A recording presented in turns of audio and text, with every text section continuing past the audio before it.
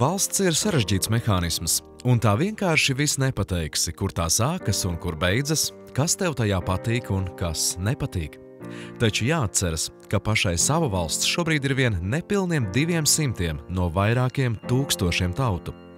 Šo veiksminieku vidū ir arī latvieši, kuri 20. gadsimta sākumā pamanījās izmantot labvēlīgus apstākļus un izrauties no toreizējās Krievijas impērijas ciešajiem un maigi izsakoties nevisai tīkamajiem apskāvieniem. Kopš 1918. gada 18. novembra Latvijas tauta ir šīs zemes suverēns, un par spīti kariem, diktatūrām un okupācijām savu gribu ir paudusi pietiekami skaļi un pārliecinoši, lai šobrīd tās balss respektētu gan Eiropas, gan pasaules mērogā. Ja mēs runājam par Latvijas nacionālajiem simboliem, mēs tos varam uzskaitīt veselu virkni. Mēs varam sākt ar savām dzimtajām mājām, turpināt ar lielvārdus jostu, iespējams latu, iespējams arī Veidenbaumu, kas ir attēlot uz latu, un, protams, runāt par mildu, mildas 3 zvaigznēm un tā tālāk tā joprojām. Taču, ja mēs runājam par konstitucionāliem principiem, tiem, kas ir nostiprināti Latvijas Republikas satversmē, tad mums jārunā būtībā par 4. Viņi veido nevis noslēgtu, bet 4 stūri. Pirmais būtu Latvijas valsts valoda, latviešu valoda, otrais simbols ir karogs, ģērbonis un himna. Patiesībā tie ir tik nozīmīgi elementi, ka nav tikai simboli vai valsts vizītkarte. Tie ir valsts neatņemama sastāvdaļa. Tie ir valsts satvars un vainags. Valsts simboliem mūsdienās ir ļoti liela nozīme, tā nav samazinājusies. Tātad valsts simboli ir nepieciešami valstu attiecībās, savstarpēji atpazīšanai. Kā cēlies askētiskais, savā vienkāršumā lepnais Latvijas sarkanbaltsarkanais karogs? Diez vai mēs jebkad uzzināsim visu patiesību, un diezin vai tas šobrīd ir tik svarīgi. Interesanti, ka dažādos laikos tajā ir bijušas dažādi sarkanās krāsas toņi, mainījušās sarkanās un baltās krāsas attiecības, taču sarkanbaltsarkans tas ir bijis vienmēr. Varbūt sarkanbaltsarkano karogu savām acīm ir skatījuši jau zemgaļu vadonis Namejs vai Jersikas konungs Visvaldis. Viss var būt. Daudziem ļoti gribētos karoga pamatā likt skaisto leģendu par kritušo ledgaļu kareivi, kurš ietīts baltā linu palagā. Asinis iekrāsojušas šo palagu sarkanu, atstājot vidū baltu joslu, un šis palags, karogs, vēlāk ticis izmantots karavīru uzmundrinājumam kaujās. Kāpēc gan ne? Mūsu zemes vēsture ir pārpilna varonīgu vīru, un pilnīgi iespējams arī šāds gadījums. Vai varbūt taisnība tiem, kas karoga sakarā piemin atskaņu kroniku, kur minēts Cēsu jeb Autines karogs, ar kuru zemgaļi devušies uzbrukumā Rīgai 1280. gadā? Jebkurā gadījumā mūsu sarkanbaltsarkanais uzskatāms par vienu no pasaulē senākajiem mūsdienās izmantotajiem valsts karogiem. Viens no latviešu literatūras pamatlicējiem, Jēkabs Lautenbachs Jūsmiņš, sarkanbaltsarkano karogu uzskatīja par neatņemamu latviskās dzīvesziņas sastāvdaļu. Pavisam skaidrs ir viens. Sarkanbaltsarkanā karoga parādīšanās nav nejauša Tērbatas universitātē 19. gadsimta vidū, un nejauša nav arī tā plīvošana pirmajos vispārējos latviešu dziesmu svētkos 1873. gadā, kad sarkanbaltsarkanais karogs pirmo reizi parādījās līdzīgs tā mūsdienu veidolam. Viegli izrēķināt, ka tas notika 45 gadus pirms Latvijas valsts proklamēšanas. Jebkuram simbolam ir nepieciešams tas, ka tas tiek izjusts un saprasts kā savējais. Mēs varam redzēt, ka bieži vien šie karogi varbūt dažādās valstīs nav visveiksmīgākie vai ļoti krāšņi izstrādāti. Līdzīgi mēs varam redzēt arī himnas, ka tās bieži vien nav tās veiksmīgākās melodijas. Bet tā simbola jēga ir tajā, ka aiz tā slēpjas šīs sajūtas, šī attiecīgās tautas vēsturiskā pieredze. Tomēr valsts karoga standarts tapa tikai 1917. gadā, un tā bija izvēle starp 2 variantiem. Pirmais bija mākslas vēsturnieka Oļģerta Grosvalda piedāvātais ar krāsu attiecībām 1:1:1. Otrais – mākslinieku Anša Cīruļa un Valdemāra Tones piedāvātais ar krāsu proporcijām 2:1:2. 1917. gada maijā Latviešu mākslas veicināšanas biedrības valde pieņēma lēmumu, kā paraugus karoga izgatavošanai visiem ieteikt cīruļa un tones zīmētos metus, kuriem gan ir mūsdienu krāsu proporcijas, taču vēl nebija karmīnsarkanais un pat tumšsarkanais tonis.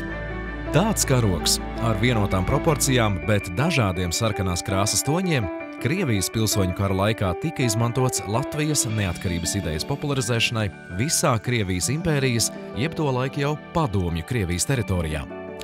1918. gada 18. novembrī otrā Rīgas pilsētas teātra, tagad Latvijas Nacionālā teātra, ēkas noformējumā sarkanbaltsarkanais karogs bija ieguvis mūsdienām tuvu krāsu un kļuvis par valsts simbolu.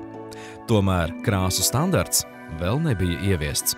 Un kas ir pats interesantākais, tajā brīdī, kad ir jāproklamē Latvijas valsts, nav šaubu, kāds būs šīs valsts karogs. Man šķiet, memoāros ir aprakstīts ļoti veiksmīgi, ka tad, kad šim režisoram pasūta noformēt Nacionālā teātra skatuvi priekš proklamēšanas akta, viņam nav šaubu, ka jāizmanto sarkans, balts, sarkans šīs krāsas. Arī 1921. gada 15. jūnijā Satversmes sapulcē pieņemtajā likumā par Latvijas Republikas karogu un ģerboni gan bija noteiktas krāsu proporcijas, bet nebija norādīti krāsu toņi, kā arī karoga izmēri. Tas netika izdarīts arī 1922. gadā pieņemtajā Satversmē. Pirmoreiz karoga krāsa raksturota 1923. gada 16. janvārī pieņemtajā likumā par Latvijas valsts, tirdzniecības, amatu personu un atsevišķu iestāžu un kara kuģu karogiem.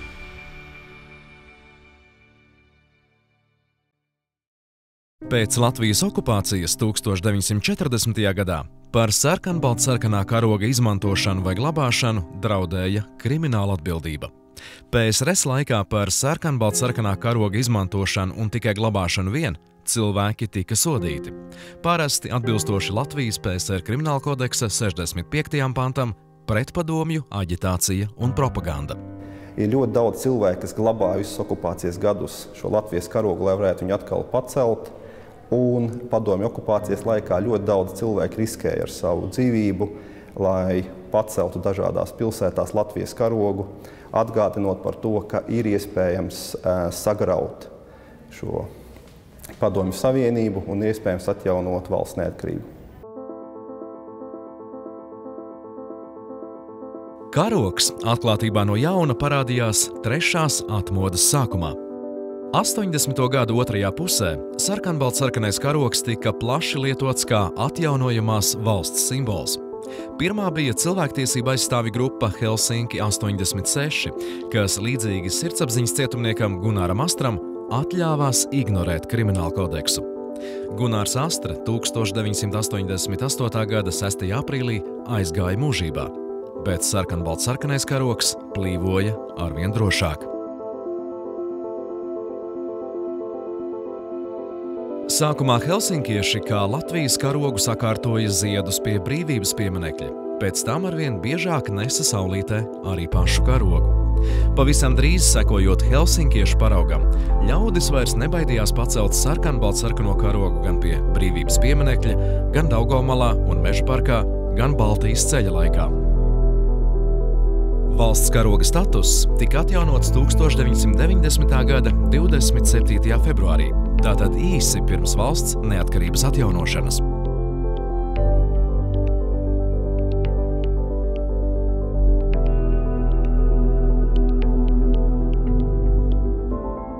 Sarkanbaltsarkanais karogs nostiprināts Satversmes 4. pantā. Latvijas karogs ir sarkans ar baltu svītru. Satversmes 4. pants pārgrozāms vienīgi sarīkojot tautas nobalsošanu.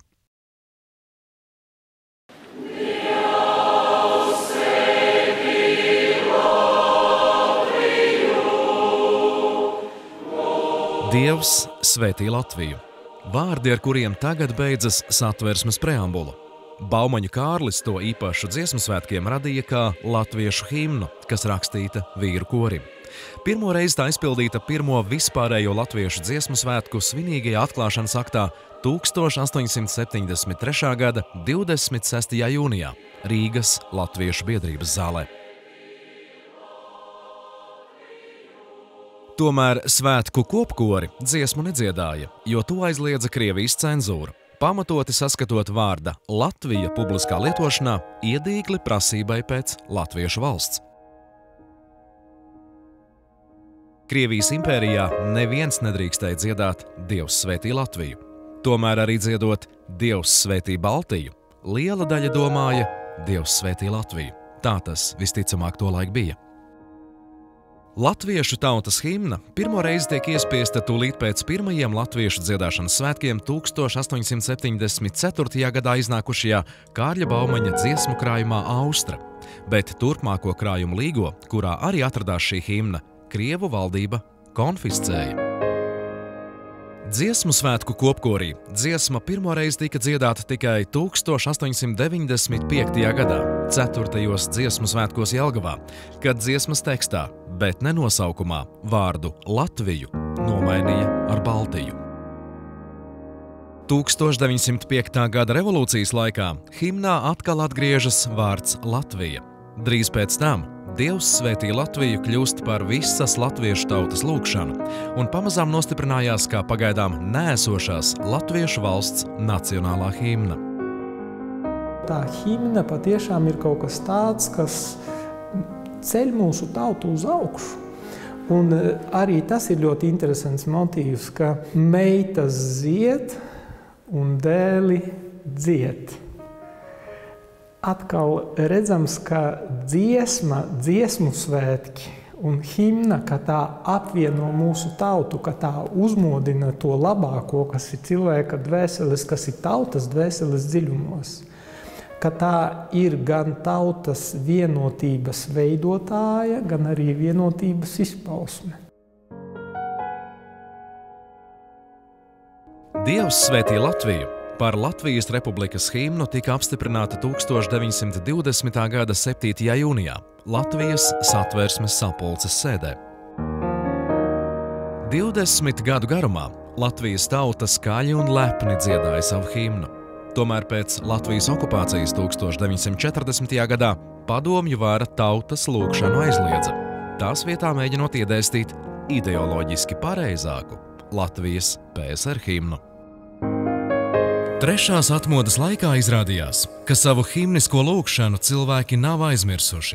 Tā atkal sāka lepni skanēt, un 1990. gada 15. februārī Latvijas PSR augstākā padome lūgšanai Dievs svētī Latviju atjaunoja Latvijas himnas statusu.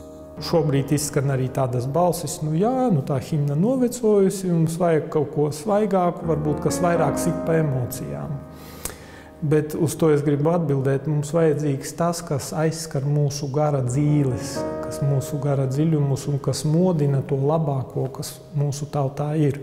Un es redzu šeit mūsu himnas ārkārtīgi lielo lomu šajos procesos, kas notiek šodien mūsu valstī, mūsu tautā. Lai gan himna nostiprināta ar parastu likumu, tomēr, ja kāds gribētu grozīt himnu, būtu nepieciešams grozīt arī Satversmes ievadu, bet tas nozīmē, ka to varētu izdarīt tikai ar 2/3 Saeimas deputātu vairākumu. Līdzās Latvijas Republikas Satversmes 4. pantā norādītajam karogam par Latvijas valsts simbolu uzskatām arī valsts himna un ģerbonis. Pašu pirmo Latvijas ģerboni jeb emblēmu Tautas padome apstiprināja 1918. gada 6. decembrī. Tas nepavisam nav līdzīgs mūsdienu ģerbonim. Pirmā ģerboņa autori bija mākslinieki Burkards Dzenis un Ansis Cīrulis. Latvijas valsts ģerbonis ir jaunākais no valsts simboliem. Pašreizējā veidolā tas ir apstiprināts Satversmes sapulcē 1921. gada 15. jūnijā. Ģerboņa autors ir grafiķis Vilhelms Krūmiņš, bet galīgajā variantā korekcijas izdarījis Rihards Zariņš. Taču ģerboņa elementi nav nejauši. Emblēmā, ko nosacīti var uzskatīt par pirmo Latvijas valsts ģerboni, bija attēlota lecoša saule. Pastāvēja uzskats, ka tās 19 stāri simbolizē atzimušo Latviju ar tās 19 apriņķiem. Vecākos zīmējumos saulē ir 17 stāri, jo tad bija tikai 17 apriņķu. Saulīte tika izmantota arī Pirmā pasaules kara laika latviešu strelnieku simbolikā. Sarkanā lauva sudraba laukā ņemta no agrākās Kurzemes hercogistes ģerboņa un simbolizē Kurzemi un Zemgali.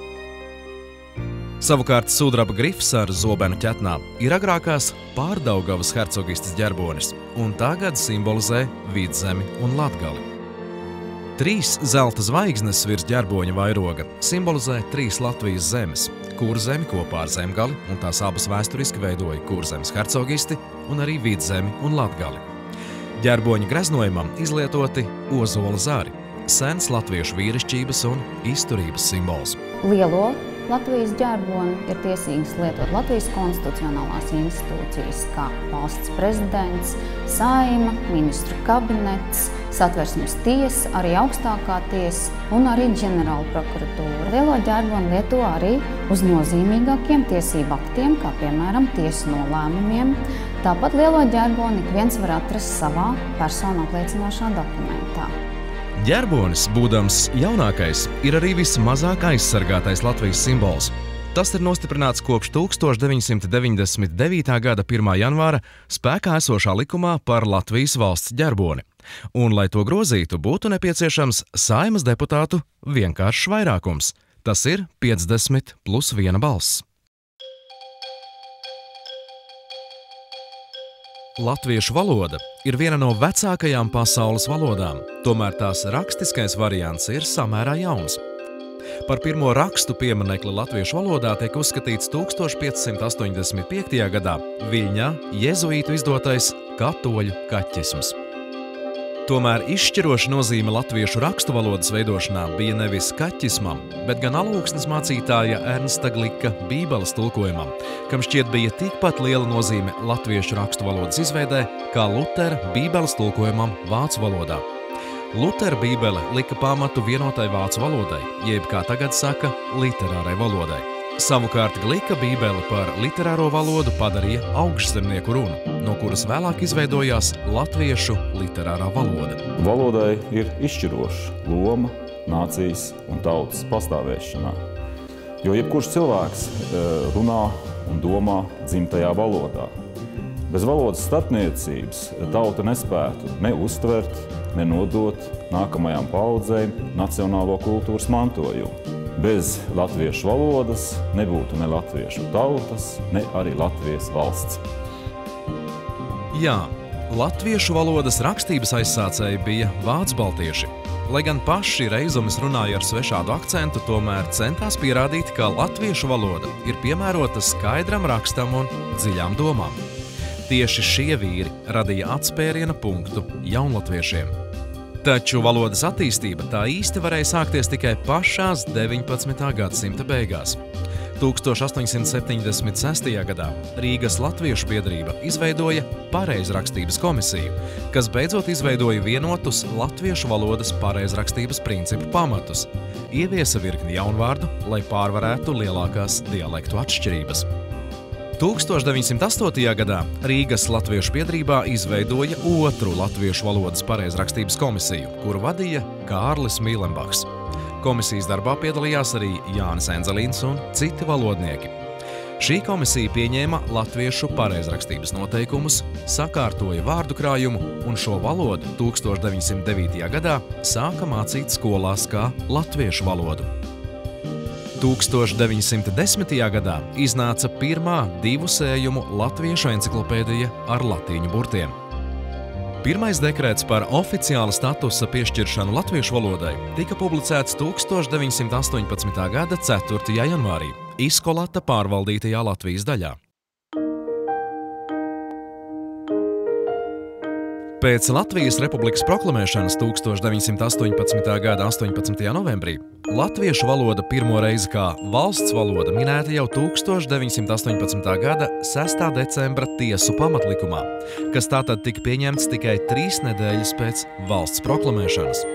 Tas vēlreiz apstiprina tēzi par latviskuma principu, kas bija Latvijas nacionālās valsts dibināšanas pamatā. Blakus latviešu valodai arī vācu un krievu valodas varēja turpināt lietot jebkur publiskajā sfērā un saskarsmē ar valsts iestādēm. 1922. gada 24. maijā tika izdots likums par jauno ortogrāfiju, un no tā paša gada 23. augusta latviešu valoda kļuva obligāta visās skolās.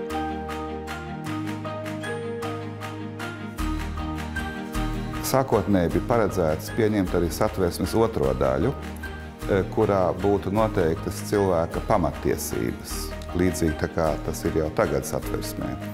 Un šajā otrajā daļā bija 115. pants, kas noteica, latviešu valoda ir valsts valoda. Vienlaikus tur bija paredzēts arī, ka mazākumtautības var arī lietot savā starpā savu valodu. Taču, diemžēl, Satversmes otro daļu beigās Satversmes sapulce nepieņēma. Nevis tādēļ, ka tā būtu pret pamatiesībām, bet tādēļ, ka atsevišķiem deputātiem nebija pieņemami daži nebūtiski formulējumi, bet tam katram savs. Līdz ar to šo jautājumu atlika, un Satversmes otrā daļa, kas būtu noteikusi pamatiesības, netika pieņemta. Un līdz ar to netika pieņemts arī noteikums par to, ka latviešu valoda ir valsts valoda. Taču 32. gadā Latvijas senāts, tas ir augstākā tiesa, savā spriedumā atzina, ka latviešu valoda ir valsts valoda jau kopš valsts dibināšanas, tātad kopš 18. gada 18. novembra. Un visiem bija skaidrs, ka neraugoties uz to, ka Satversmē tas nebija ierakstīts, latviešu valoda vienmēr ir bijusi Latvijā valsts valoda. 1940. gadā Latvijas republikai tiekot okupētai un iekļautai Padomju Savienībā, latviešu valoda zaudēja valsts valodas statusu un sakarā ar straujajām izmaiņām etniskajā sastāvā samazinājās arī tās lietojums sadzīvē. Okupācijas varas iestādes savā iekšējā apritē lietoja pamatā krievu valodu. Latviešu valodai faktiski bija atvēlēts tikai papildu valodas status. Okupācijas laikā, kā publiskajā telpā, tā arī sadzīvē, bija pierasts, ka latvieši, tikko līdzās atradās arī kāds krievs vai cits krieviski runājošs tautietis, tūdaļ pārgāja uz krievu valodu. Šāda brīvām Eiropas nācijām netipiska izturēšanās, diemžēl, daļēji turpinās arī vēl pēc neatkarības atjaunošanas. Trešā atmoda beidzot ļāva nostiprināt latviešu valodas statusu. 1988. gadā tautas nobalsošanā 354 000 Latvijas iedzīvotāju nobalsoja par toreizējās Latvijas PSR konstitūcijas labojumu, kurā tika noteikts, ka Latvijas valsts valoda ir latviešu valoda. Lēmums par valsts valodas statusu piešķiršanu latviešu valodai tika pieņemts 1988. gada 6. oktobrī. Latviešu valoda kā valsts valodas statusu ieguva 1998. gadā, 15. oktobrī, kad Saeima izdarīja grozījumus Latvijas Republikas satversmē. Un satversmē tika ierakstīts valsts valoda Latvijas Republikā ir latviešu valoda. Ar to tad beidzot latviešu valodas kā valsts status tika nostiprināts mūsu pamatlikumā. Savukārt 2004. gadā, kad Latvija iestājās Eiropas Savienībā, latviešu valoda kļuva arī par vienu no Eiropas Savienības oficiālajām valodām. Līdz ar to latviešu valodā tiek tulkot Eiropas Savienības normatīvie akti, Eiropas Savienības tiesas spriedumi un citu oficiālie dokumenti.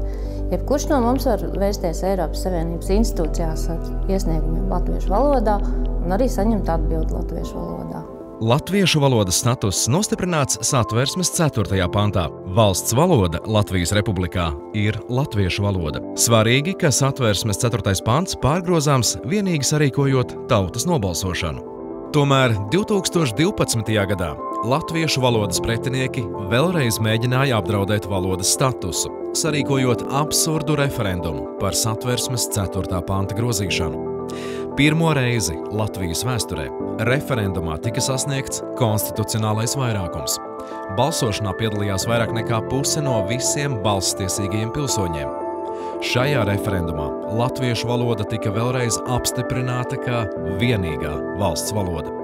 Šis tautas balsojums līdz ar to ir apstiprinājums arī Latvijai kā latviešu nācijas nacionālajai valstī, kur latviešu valodai jāpilda arī visu iedzīvotāju kopējās saziņas valodas uzdevums. Es domāju, ka mums pirmkārt ir jālepojas par savu valodu. Mums ir vairāk jālasa, jārunā, arī mediju telpai ir jābūt valsts valodā. Tas ir tas, ko visas Eiropas tautas faktiski cenšas panākt. Ja mēs to mācam bērniem, ja mēs to vairāk lietojam, ja mēs citu valodu starpā izceļam savu valodu, tad, protams, tā arī būs stipra un dzīva. Latviešu valoda ir galvenais Latvijas valsts simbols. Valsts pamatos guldīts, visos laikos dzīvs, atmodas atsvabināts šis simbols. Latviešu valoda ir dabisks satvars visai valstī un visiem pārējiem tās simboliem.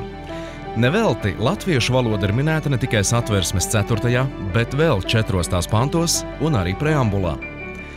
18. pantā noteikts, ka parlamenta deputāti cita starpā zvēr stiprināt Latvijas suverenitāti un latviešu valodu kā vienīgo valsts valodu. 21. pants par vienīgo valsts likumdevēja darba valodu nosaka latviešu valodu. 101. pants latviešu valodu kā vienīgo darba valodu nostiprina arī pašvaldībās. Bet Satversmes 104. pants nosaka, ka uz savu iesniegumu valsts vai pašvaldību iestādēs ikvienam ir tiesības saņemt atbildi latviešu valodā. Savukārt 2014. gadā pieņemtajā Satversmes ievadā uzsvērts, ka sabiedrības pamats ir uzticība latviešu valodai. Vietā atgādināt, ka Satversmes normas pārgrozāmas tikai tad, ja par attiecīgajiem grozījumiem nobalso ne mazāk kā 2/3 Saeimas deputātu.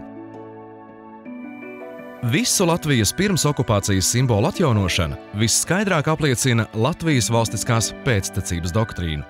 Bet tiem, kas pret Latviju un tās simboliem neizjūt pienācīgu cieņu, jāatceras, ka par Latvijas valsts simbolu, karoga, ģerboņa un himnas zaimošanu paredzēta arī krimināla atbildība. Krimināla likuma 93. pants nosaka, ka par Latvijas valsts ģerboņa vai par Latvijas valsts karoga noraušanu, saplēšanu, salaušanu, iznīcināšanu vai par citādu zaimošanu, kā arī par Latvijas valsts himnas publisku zaimošanu, var sodīt ar brīvības atņemšanu uz laiku līdz 3 gadiem, vai arī īslaicīgu brīvības atņemšanu, vai ar piespiedu darbu, vai ar naudas sodu.